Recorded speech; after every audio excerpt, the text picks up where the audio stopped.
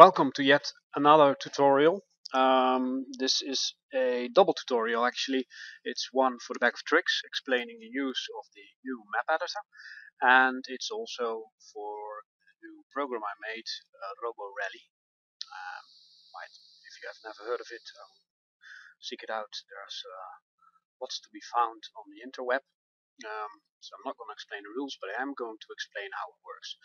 Okay, let's start with bag of tricks part, which I've integrated in the Roborally campaign file. The buttons, the new buttons concerning it can be found here, and I've placed them also here, so I'm going to use those. The map editor is actually one pretty neat feature, I have to say. It allows you to swiftly create maps with a integrated copy-paste function, which I'll show you shortly. Okay, to start off, you need to create an area which you wish to edit. In this case, I would like to create a new board, which I'm going to place on the background, and it will be this one. I've already done it once, so I'm basically going to do it again.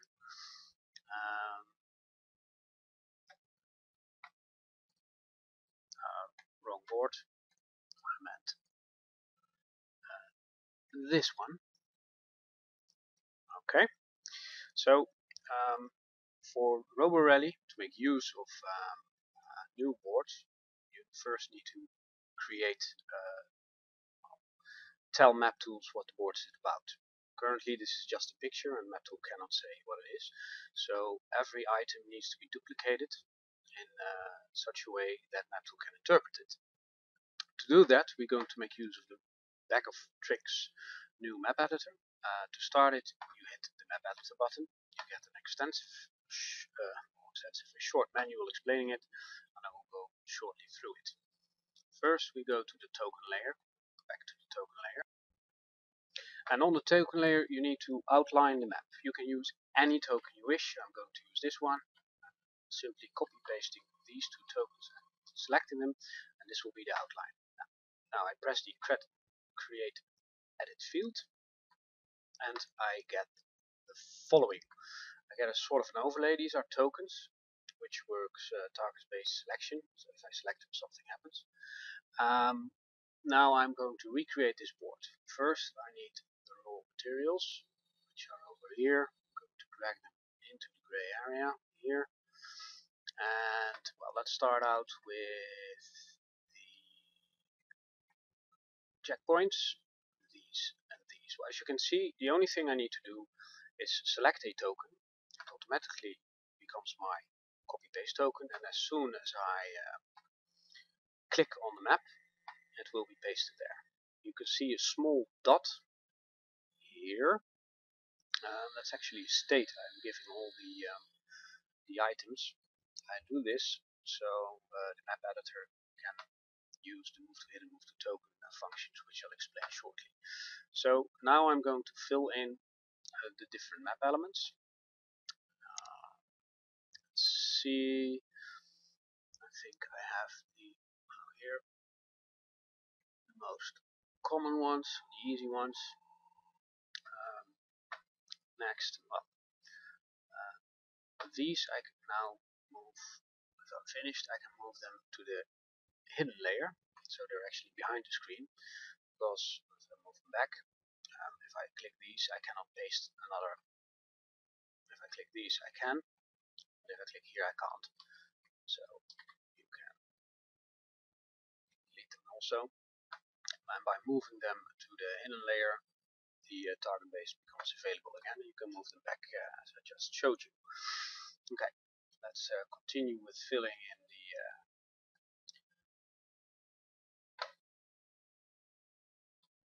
and if I rotate a token, then it automatically copy pastes the last one. Another thing to know that sometimes now I'm trying to rotate by pressing the shift button and use my mouse wheel. It's not working. That's because sometimes Maptool still selects the token behind it, so you need to reselect it and then it can turn. And as soon as it's turned, it will be my new base token which I can use for this function. Okay, I'll finish this up. So pause it. Okay, I left one open, this one, which is a special case. It has two functions and thus requires two tokens. One, it is a straight one, and the other one, it's also around the corner. So to place it there.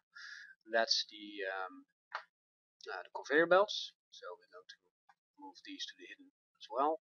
Next, we're going to do the walls.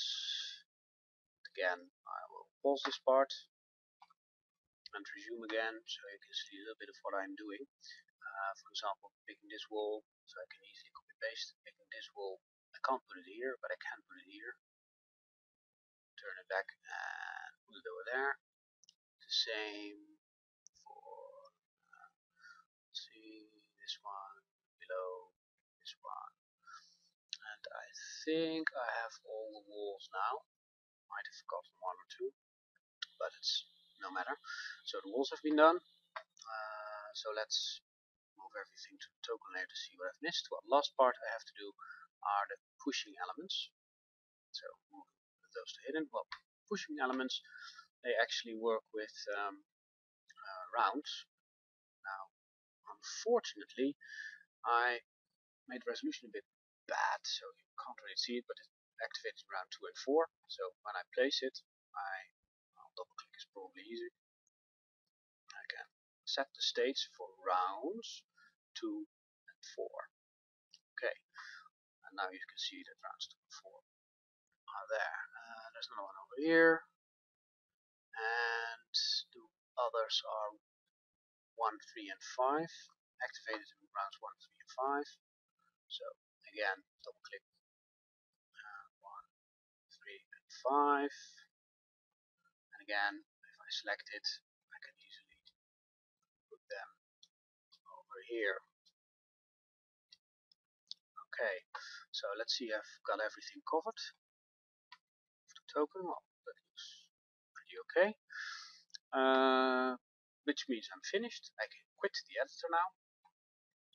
The layer is removed. The tokens are still there. The in-between layer is removed. Tokens are still there. And that actually concludes the map editor part. And I will now continue with the part for Roborally. So for Roborally, I still need to tell or link all these tokens to the map on the background. What it does, I only have to hit this build map button, and it will look inside the gray area and will link every token which is on this map to the background. So also these, which I earlier used. So I first have to remove these ones, these. Then I can hit the build map. It will take a couple of seconds. It will tell you that the board name is set to default. Well, that's correct. So you click OK, and wow, it should appear here. It's done. It doesn't say it's done. It says it took 30 seconds. Well, to check if everything went alright, I can move these here and then toggle all. These are the separate toggles you can use. So now I'm going to toggle everything on, and that would be yeah, now it does work. And you can see that now the background map is linked, and these two are the same. It's just a check I always do. I can remove these, and we have now built a map. Okay, next thing we would like to do is create a game. For this game, go back to the background layer.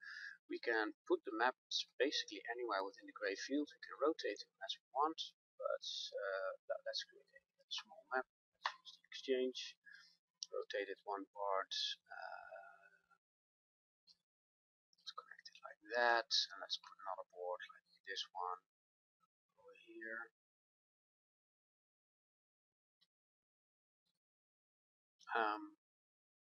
I now see that I forgot to do the lasers. Damn. So back to the drawing board. Well, I have to repeat the process I've just done. First, well, let's good example of when you forget something. The lasers I forgot, so we'll do those now. So in order to do the lasers, I've moved everything back. We can toggle places the tokens used for this map back, and I see I've got, I've forgotten this one as well. So let's place that one over there. Let's try that again. That one over there. Turn it back. Okay. Oh, here is another one. Okay. Now I've got them covered. So lasers. Move everything back to the hidden layer.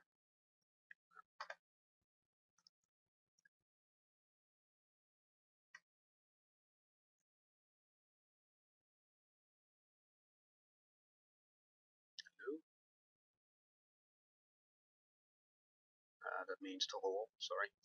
And move to the hidden layer. Right. Now we're going to place the lasers. You have four. You can place four lasers in total, which means that the ones in the middle do not line out correctly, but well, that's just the way it is. This is the laser. The red beam is not used. It's just for the graphics. So basically, you only need to place the generators. But if you like, you can place the beams as well, which I show you shortly. If you have two lasers, you just add one, like this, and now you have two lasers. That's it. I'll remove that one again. So now we're going to place the beams. One over here, and one over here, and one over here. Okay. So move everything to the front. We toggle all. See if we quit the editor. Now I'm curious if I actually did forget these. Apparently I did. Strange. So we'll do this as well. But anyway, the lasers have been placed. The only thing now I have to do is build the map again. And it's updated. That's it. Okay. Oh yeah. And before I forget, when you place this board on the background, make bloody well sure that the facing is cleared, so it's not rotated while you're building the map, or everything will go haywire. Okay, to continue. Now I've placed a couple of boards on the background. They've all already been built. Some have been rotated, some not. Those are on the background. On the object layer, you place these things. You can place them anywhere, which are the checkpoints for the laps you have to run. So when you play Roborally, you start here, you have to move to here, then to 3 to 4, and if you're there, you win. It's as simple as that. You can copy paste them from these. So just make a copy paste of, for example, 4, place them on the object layer anywhere you like, place the board anywhere you like, then it's ready. And the only thing left to do, and I need to move this robot here, the only thing left to do is initialize the map. So to run a game, place boards, place checkpoints, initialize map. Now it will tell you that it's found 4 boards and it's found 4 checkpoints, 1, 2, 3, and 4. Exchange, cross-master exchange. Press OK and it starts initializing. This will take a while, 14 seconds to be exact. And then we can start the game. I see that I've left some cards here, which I should remove. Get to that later. When I start a game, I need to have players connected. The whole purpose of the board, it works with instances of Maptool. So one instance can only facilitate one player. Players can connect the usual way Maptools does. You connect to a server. The server itself should be a player, or in order to play should be a player, or you're cheating. And then you press start game. Now, since I have only one player connected, that is myself, I can only see this one. If I start a second instance of Maptool, which I will do now, so the usual way, file, connect to server, connect to that one, okay, load the campaign, and this player is connected as well. This player is called real GM apparently. So if I now press start game, I get real GM and Wolf 42. Now, rolled aim 1 I can set to Wolf 42, the second one I can set to real GM. Make sure that these names match. I could have made drop down boxes, but well, I was lazy. Okay. Now what you see is that everything looks alright. 2 robots have been placed, which I can't move because I can't interact with anymore. But let's look at the other map and to see if the other robot is there. Maybe I can, here. You see here, you can see robot 1 and robot 2, they have all been placed to the starting point. Okay, to start a game, we deal cards. The cards are placed here. These are the moves, and close this one by the way. As you can see, I am player 1 apparently, and I have my cards here. The other one logged in as GM, so he's actually cheating. Let's log in as player this. Okay, I'm now logged in as player. As you can see, player 1 can see his cards, player 2 can see his or her cards, but you can't see the cards of the other player. Well, if you know the rules, you can program your robot to move in a certain direction. When you start out, you may direct your robot in any way, so let's direct him now, and let's face robot 1 to the east. Okay, good. Well, if you know the game, I need to go get to number 2 as fast as possible. So let's not make it too difficult. Let's order the card so that it's programmed to go as fast as possible. I don't want to stop at the laser because I get fried, so I start with a move of 2, and 1, and 1, and another one, and another one.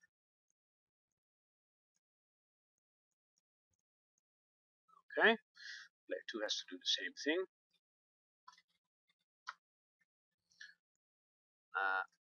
But I'm going to ignore for now. So the 2 robots have been programmed, and as soon as they have been programmed, you can run the program. So let's see what happens. Let's clear this one out because it keeps a log, and run program. Again, this will take a couple of seconds. This time I'm going to leave it so you know you ever get a feeling of how long it takes. Well, here you can see the 2 robots starting to move according to their program. And that's it. Everything is automated. So as you can see, in round 1, first card was played, 2 moves forwards, the second one is played, he's turned in direction, etc, etc, etc. Well, that's basically it. It follows the rules. If you end up a check mark, it will get repaired. If you end up in a beamer, you get damaged. If you get damaged, I think I can actually show this by putting this one in a, yeah, as I said, to prevent cheating, you can't interact with your robot. You can direct it, but if you do that in game, the other player will be notified that the other player should have been notified that you just did this, but okay, I'll fix that later on. Yeah, let me show you what happens if you are hit by. Okay, I've now entered cheat mode. That is, I logged in as a GM. I can pick up this robot and place it here. Now you can just see it here. You can see it's on location here 2-1. Funny enough, you actually need to enter this, so you can't easily cheat here. But now it's actually there. Now if I use the cheat button, run table, it's going to run the table, just the table. It should give a log as well. So let's see what happens. Let's especially look at the card, because that's all what it's all about. Run table. Okay, as you can see here, this registry is now being damaged. Memory damage, Robo 2 gets 1 damage, has 8 memories left, etc, etc. If I continue doing this, so let's do it again, and again, and again, and then finally, when it hits this card, the card gets locked, according to the rules. Should I move it back to the checkpoint, which is in 1, 2, and I run the table again. I don't think this is locked, but you should be able to see that if I run the table, it's interesting. Okay, I actually killed this robot when it moved off the table, apparently. So I have to, yeah, just to show this, let's try this again.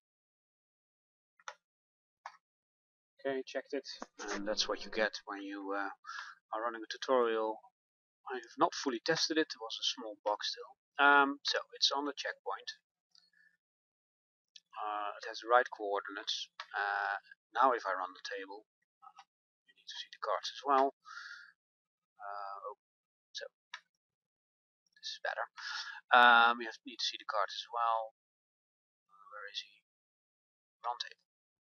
What you get is a drop down where you can choose which cards to repair. Well, in this case you obviously want to repair this one, and every time a checkpoint runs you can make this choice. Well, that's it. More generally, as I zoom out, you can see a lot of stuff going on here. I actually have nothing on my to-do list, so let's remove that one. Okay, so what we have, these in the yellow marker are the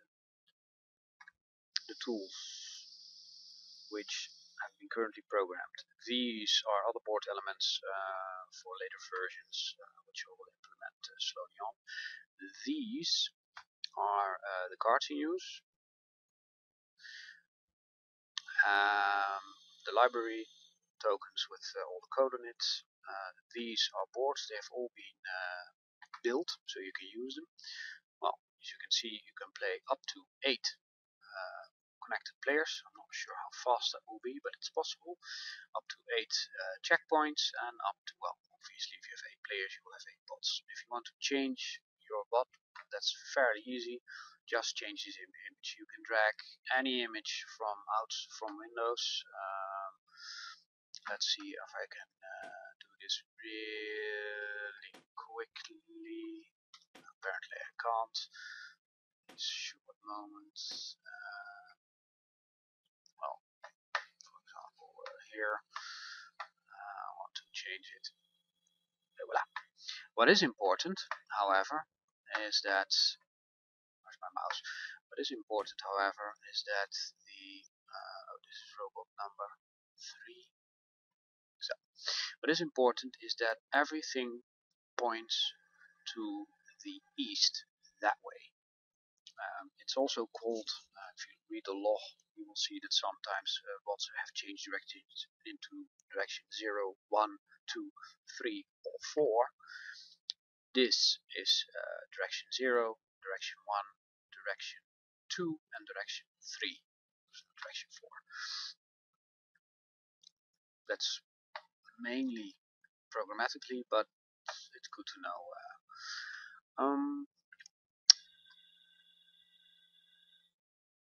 yeah, that's basically it. I can show you one more thing. And you didn't see that earlier because I think I did something wrong with building the other board's pushers.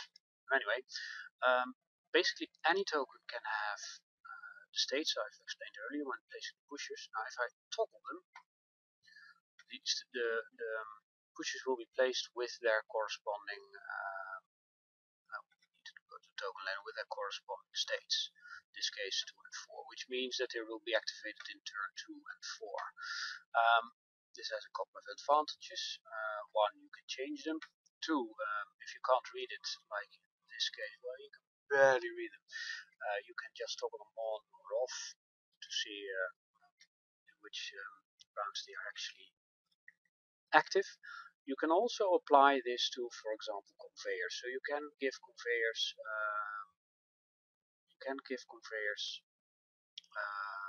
rounds as well. Pits you can't, gears you can, checkpoints not sure, but especially things which push things around, so to say, they will have that push things around. There can be given states which will indicate that they will only be active in that certain round. Now, I haven't tested this fully. I've only tested the pushes and it works there. So that's basically it. Don't forget to clear up the cards when you're finished. One thing I also didn't tell you is for the next round you just deal cards again, and if you're finished you don't have to clear them, but for the next round you click them again and new ones will be placed and the old ones will be removed, as you can just see. Set the right order, run the program, deal the cards, etc. etc. Power down. You have to read rules when you can actually power down. I haven't built in extra checks, but if I recall, you can power down before you receive your next set of cards. So if the program has run, you can hit the power down button. Where's the robots? Let's put it on here. If I now power down, apparently this is Robo 2. Yeah, okay, sorry. Grabbed the wrong, but you can see here, Robo 2 player, real GM initiates power down. If you click it again, you say, oh, I don't want to do it anyway. Quit it. As soon as the round is turned, it will be powered down, and the next turn it will be activated again. That's really it. So, any questions, you can find me as usual on the forum. Thank you for watching, and I will be releasing this